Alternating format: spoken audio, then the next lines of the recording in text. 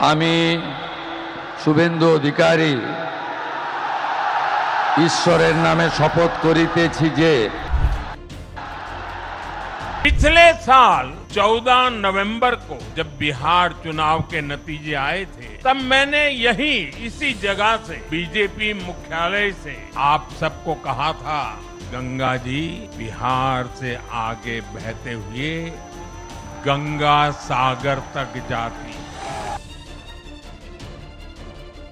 ভারতবর্ষের সাংস্কৃতিক রাজধানী ও কলকাতা এবং আধ্যাত্মিক চেতনার জাগ্রত ভূমি এই পশ্চিমবঙ্গকে আমাদের সোনার বাংলায় পরিণত করতে হবে।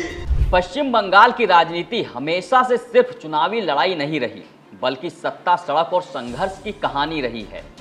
यही वजह है कि जब भी बंगाल में सत्ता परिवर्तन की चर्चा होती है, सबसे बड़ा सवाल कानून व्यवस्था, राजनीतिक हिंसा और महिलाओं की सुरक्षा को लेकर उठता है। वर्षों से भाजपा लगातार ममता सरकार पर आरोप लगाती रही कि राज्य में लोकतंत्र की जगह कैडर राज हावी हो चुका है, जहां विरोध की आवाज को हिंसा और डर के जरिए दबाने की कोशिश की जाती है।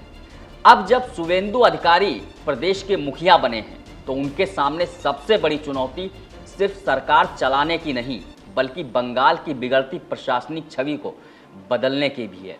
नमस्कार, मेरा नाम है शैलेंद्र और आप देख रहे हैं बतकही चौक। बंगाल के सीएम बने शुभेंदु अधिकारी के सामने बंगाल में जो सबसे बड़ी चुनौती है, वो है पूरी तरह से ध्वस्त हो चुकी बंगाल की कानून व्यवस्था। हालांकि एनसीआरबी की 2025 की रिपोर्ट में कोलकाता को देश के सबसे सुरक्षित महानगरों में शामिल किया गया, लेकिन पूरे पश्चिम बंगाल के आंकड़े एक अलग और भयावह तस्वीर पेश करते हैं। रिपोर्ट के मुताबिक राज्य में महिलाओं के खिलाफ अपराध के 34,691 मामले दर्ज किए गए। इनमें रेप, घरेलू हिंसा, अपहरण, यौन उत्पीड़न और पॉक्सो एक्ट से जुड़े अपराध सबसे ज़्यादा रहे। सबसे हैरान करने वाली बात यह रही कि कुल मामलों में लगभग 35% रेप से जुड़े थे, जबकि हत्या के मामलों की हिस्सेदारी करीब 20% रही। विपक्ष लगातार इन आंकड़ों को बंगाल मॉडल की असल तस्वीर बताता रहा। महिलाओं की सुरक्षा का मुद्दा बंगाल की राजनीति में उस समय विस्फोटक हो गया, जब कोलकाता के आरजी कर मेडिकल कॉलेज और अस्पताल में एक ट्रेनी डॉक्टर के साथ रेप और हत्या की घटना सामने आई। 9 अगस्त 2024 को हुई इस घटना ने पूरे देश को झकझोर कर रख दिया। सड़कों पर प्रदर्शन हुए, डॉक्टरों ने आंदोलन किया और राज्य सरकार की कार्यप्रणाली पर गंभीर सवाल उठे। इससे पहले संदेश खाली का मामला पहले ही ममता सरकार को कटघरे में खड़ा कर चुका था। उत्तर 24 परगना के संदेश खाली गांव में महिलाओं ने स्थानीय टीएमसी नेताओं पर यौन उत्पीड़न, जमीन कब्जाने और अत्याचार जैसे गंभीर आरोप लगाए थे। ईडी की टीम पर हमले के बाद यह मामला राष्ट्रीय राजनीति के केंद्र में आ गया। टीएमसी नेता शेख शाहजहां और उसके सहयोगियों के नाम सामने आने के बाद भाजपा ने इसे राज्य प्रायोजित आतंक तक करार दिया था। अब मुख्यमंत्री बनने के बाद शुभेंदु अधिकारी के सामने सबसे बड़ी परीक्षा यही है कि क्या वे महिलाओं को सुरक्षा का भरोसा दिला पाएंगे। क्या बंगाल में ऐसी घटनाओं पर राजनीति से ऊपर उठकर कार्रवाई होगी। भाजपा ने चुनाव के दौरान संदेश खाली और आरजी कर जैसे मामलों को बड़ा मुद्दा बनाया था। ऐसे में अब जनता की निगाहें इस बात पर होंगी कि नई सरकार अपने वादों को जमीन पर कितना उतार पाती है। बंगाल में राजनीतिक हिंसा का इतिहास भी किसी से छिपा नहीं है। दशकों तक वामपंथी राजनीति के बाद तृणमूल कांग्रेस भी राजनीतिक विरोधियों को दबाने के आरोप लगते रहे। भाजपा लगातार दावा करती रही कि उसके कार्यकर्ताओं को निशाना बनाया गया, झूठे मुकदमे लगाए गए और चुनाव के बाद हिंसा को संरक्षण मिला। चुनाव नतीजों के तुरंत बाद शुभेंदु अधिकारी के करीबी और उनके पीए चंद्रनाथ रथ की गोली मारकर हत्या ने एक बार फिर राज्य की राजनीतिक हिंसा पर बहस छेड़ दी।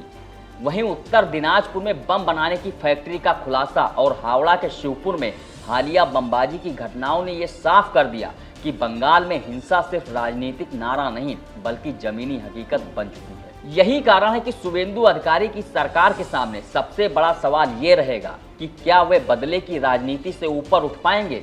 क्या प्रशासन को पार्टी कैडर से अलग करके निष्पक्ष बनाया जा सकेगा, क्योंकि अगर सत्ता बदलने के बाद सिर्फ चेहरे बदलते हैं और व्यवस्था वही रहती है, तो बंगाल में तनाव और टकराव और भी गहरा हो सकता है।